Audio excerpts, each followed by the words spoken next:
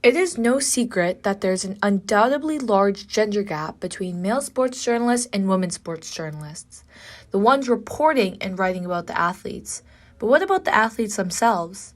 Well, for Angel Reese and Caitlin Clark, they are on top of the world against collegiate athletes when it comes to NIL deals. LSU and Iowa's national title game brought 9.9 million viewers, the most watched women's basketball game of all time. And you can thank Clark and Reese for some of it.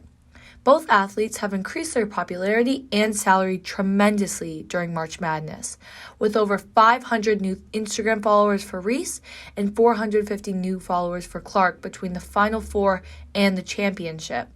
And for Clark, her NIL valuation is up to $739,000 since the week before, when it was at $192,000. Obviously, I think it's great that Reese and Clark have been getting more NIL deals. Obviously, they've made huge impacts on both of their teams during March Madness, so these NIL deals are very much well-deserved for them, and it's boosting their popularity and their teams, so I think it's great.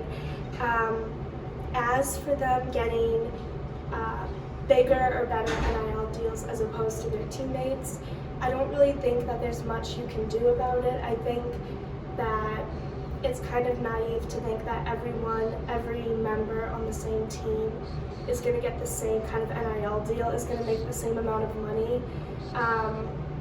The nature of NIL is just very unfair, and every individual player is going to make different amounts of money just based on their popularity, based on what they do for their team, playing time, how much media attention that they get.